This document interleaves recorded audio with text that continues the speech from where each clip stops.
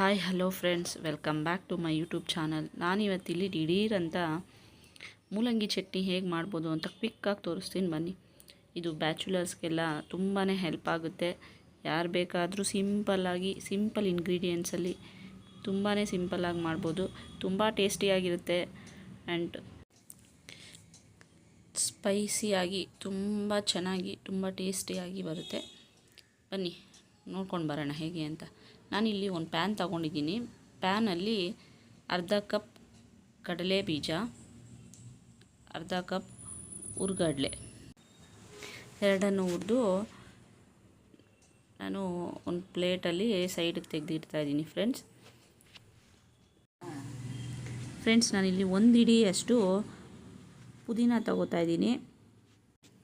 ಅರ್ಧ ಸ್ಪೂನ್ ಎಣ್ಣೆ ಹಾಕಿ ನಾನಿಲ್ಲಿ ಹಸಿ ವಾಸನೆ ಹೋಗೋವರೆಗೂ ಫ್ರೈ ಮಾಡ್ಕೋತಾ ಇದ್ದೀನಿ. ಫ್ರೆಂಡ್ಸ್, ಇದು ಹಸಿ ವಾಸನೆ ಹೋದ್ಮೇಲೆ ನಾನಿಲ್ಲಿ 7-8 ಕರಿಬೇವಿನ ಎಲೆ, 5ರಿಂದ 6 ಬೆಳ್ಳುಳ್ಳಿ ಎಸಳು, 4ರಿಂದ 5 ಒಣಮೆಣಸಿನ್ಕಾಯಿ ಇವೆಲ್ಲನೂ ಹಾಕಿ ಸ್ಲೋ ಫ್ಲೇಮಲ್ಲಿ ಫ್ರೈ ಮಾಡ್ಕೋತಾ ಇದ್ದೀನಿ. ಫ್ರೆಂಡ್ಸ್, ನಾನಿಲ್ಲಿ ಇದು ತುಂಬಾ ಟೇಸ್ಟಿಯಾಗಿರುತ್ತೆ. ಫ್ರೆಂಡ್ಸ್, ಚಪಾತಿಗೆ, ದೋಸೆಗೆ, ಇಡ್ಲಿಗೆ ಒಳ್ಳೆ ಕಾಂಬಿನೇಷನ್ನು, ತುಂಬ ಹೆಲ್ದಿಯಾಗಿರುತ್ತೆ ಕೂಡ.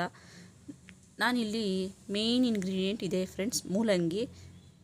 1 ಕಪ್ ಸಣ್ಣದಾಗಿ ಕಟ್ ಮಾಡಿರೋಂತಹ ಮೂಲಂಗಿನ ಇಲ್ಲಿ ಹಾಕಿ ಫ್ರೈ ಮಾಡ್ಕೋತಾ ಇದ್ದೀನಿ. ಫ್ರೆಂಡ್ಸ್, ಇದು ಚೆನ್ನಾಗಿ ಫ್ರೈ ಆದಮೇಲೆ ಆರೋದಕ್ಕೆ ಬಿಟ್ಟು, ಫ್ರೆಂಡ್ಸ್ ಮೂಲಂಗಿ ಹಾಕೋದ್ರಿಂದ ಗ್ಯಾಸ್ಟ್ರಿಕ್ ಸಮಸ್ಯೆ ಬರೋದಿಲ್ಲ, ತುಂಬಾ ಹೆಲ್ತ್ ಬೆನಿಫಿಟ್ಸ್ ಇದೆ. ನಾನಿಲ್ಲಿ ಒಂದು ಮಿಕ್ಸಿ ಜಾರ್ಗೆ ನಾವೇನೀಗ ಫ್ರೈ ಮಾಡಿ ಇಟ್ಕೊಂಡಿದ್ವಿ ಅದನ್ನೆಲ್ಲನೂ ಮಿಕ್ಸಿ ಜಾರ್ಗೆ ಹಾಕ್ತಾಯಿದ್ದೀನಿ. ಫ್ರೆಂಡ್ಸ್, ಅದ್ರ ಜೊತೆಗೆ ನಾವೇನು ಹುರಿದು ಇಟ್ಕೊಂಡಿದ್ವಿ ಕಡಲೆಕಾಯಿ ಬೀಜ, ಹುರಿಗಡಲೆ, ಅದನ್ನು ಕೂಡ ಸೇರಿಸ್ತಾ ಇದ್ದೀನಿ. ಅದ್ರ ಜೊತೆಗೆ ಇಲ್ಲಿ ನಾನು ಅರ್ಧ ಕಪ್ ತೆಂಗಿನ ತುರಿ ಸೇರಿಸ್ಕೊಳ್ತಾ ಇದ್ದೀನಿ. ಫ್ರೆಂಡ್ಸ್, ರುಚಿಗೆ ತಕ್ಕಷ್ಟು ಉಪ್ಪು ಕೂಡ ಹಾಕ್ಕೊಳ್ತಾ ಇದ್ದೀನಿ. ಫ್ರೆಂಡ್ಸ್, ಈಗ ನಾನಿಲ್ಲಿ ಒಂದು ಪಿಂಚ್ ಆಫ್ ಹುಣಸೆ ಹಣ್ಣನ್ನು ಆ್ಯಡ್ ಮಾಡ್ತಾ ಇದ್ದೀನಿ. ಫ್ರೆಂಡ್ಸ್, ಇದು ಟೇಸ್ಟು ತುಂಬ ಚೆನ್ನಾಗಿರುತ್ತೆ. ಇದು ಹಾಕೋದ್ರಿಂದ ತುಂಬ ಟೇಸ್ಟ್ನ ಎನ್ಹಾನ್ಸ್ ಮಾಡುತ್ತೆ. ನಾನಿಲ್ಲಿ 4ರಿಂದ 5 ಮೆಣಸು ಕಾಳು ಹಾಕಿದ್ದೀನಿ. ನಾನಿಲ್ಲಿ ಎಲ್ಲ ಇಂಗ್ರೀಡಿಯೆಂಟ್ನ ಗ್ರೈಂಡ್ ಮಾಡ್ಕೊಳ್ತಾ ಇದ್ದೀನಿ.